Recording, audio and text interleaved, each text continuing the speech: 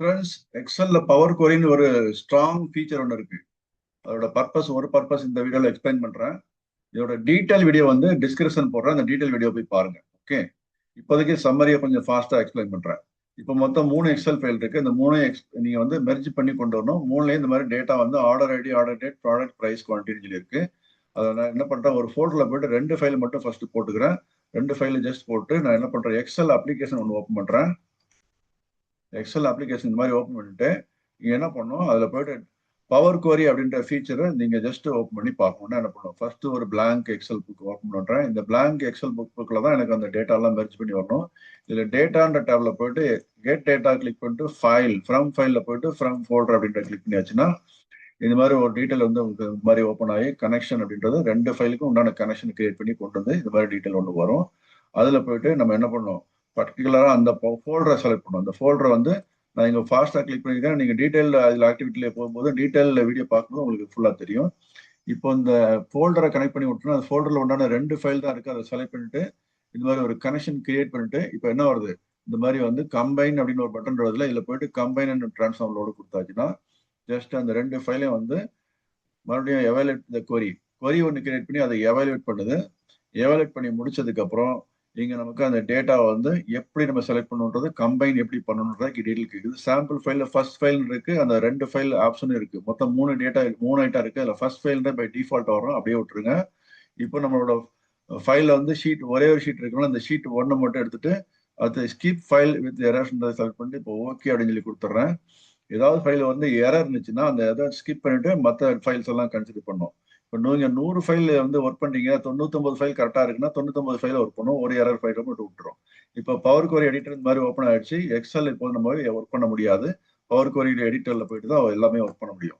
Okay, இப்போ power Kuvari எடிட்டர்ல போயிட்டு நம்ம என்ன பண்றோம், இதுல மொத்தம் 2 ஃபோல்டர் இருக்கு. இந்த 2 ஃபோல்டர்ல உள்ள டீடைல் வந்து டீடைல் எக்ஸ்பிளனேஷன் கொடுத்துருக்காது பாருங்க. நமக்கு தேவையான இந்த ஃபைனல் எக்ஸ் ஃபோல்டு கிளீன் இருக்குல்ல, நம்மளோட ஒரிஜினல் ஃபோல்டர் நேம் அப்படியே இங்க வந்து கொடுத்து ஒரு டேபிளா கன்வெர்ட் பண்ணிருக்கு. இந்த டேபிள் டீட்டெயில வந்து நமக்கு டீட்டெயில் இங்க எல்லா டீட்டெயிலும் எல்லா டேட்டாவும் இங்க லோட் ஆயிடுச்சு. ஒரே ஒரு காலம் மட்டும் இங்க ஆட் பண்ணி கொடுத்துருக்கு. சோர்ஸ் டாட் நேம் சொல்லி போட்டு எந்த ஃபைல்ல இருந்து வருதுன்றதை கொடுத்துருக்கு. இப்போ இங்க ரைட் சைட்ல போட்டு இந்த பிரைஸ் அண்ட் குவான்டிட்டியை ரெண்டையும் கிளிக் பண்ணிட்டு ஒரு சின்ன டிரான்ஸ்ஃபர்மேஷன் ஒன்று பண்ண போறோம். டிரான்ஸ்ஃபர்மேஷன் தான் நம்ம இருக்கிற டேட்டாவை கொஞ்சம் மாடிஃபை பண்றது.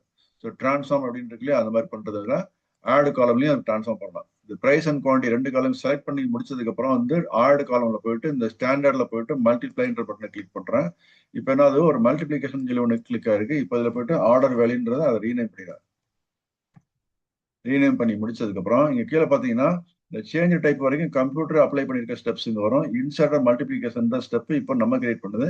இப்போ வந்து ஆர்டர் வந்து மல்டிபிளிகேஷன் அப்படின்றத ரீநேம் பண்ணி ஆர்டர் வேல்யூ சொல்லி கொடுத்துருக்கோம். அதுக்கும் இங்க வந்து ரீநேம்டு காலம் சொல்லி வந்துருச்சு.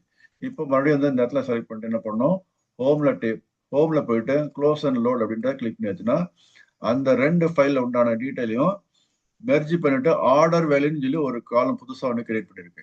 நமக்கு ஃபைல் சோர்ஸ் எந்த ஃபைல்ஸ்ன்றது கிளிக் பண்ணிருக்கு. ஓகே, இதுல வந்து டோட்டலா மெர்ஜ் பண்ணி வந்துருச்சு. மறுபடியும் இப்போ 3வது ஃபைல் வந்து இந்த இடத்துல போட்டு நம்ம பண்றோம்னா எப்படி அதை மெர்ஜ் பண்றது அப்படின்றத பார்க்கலாம்.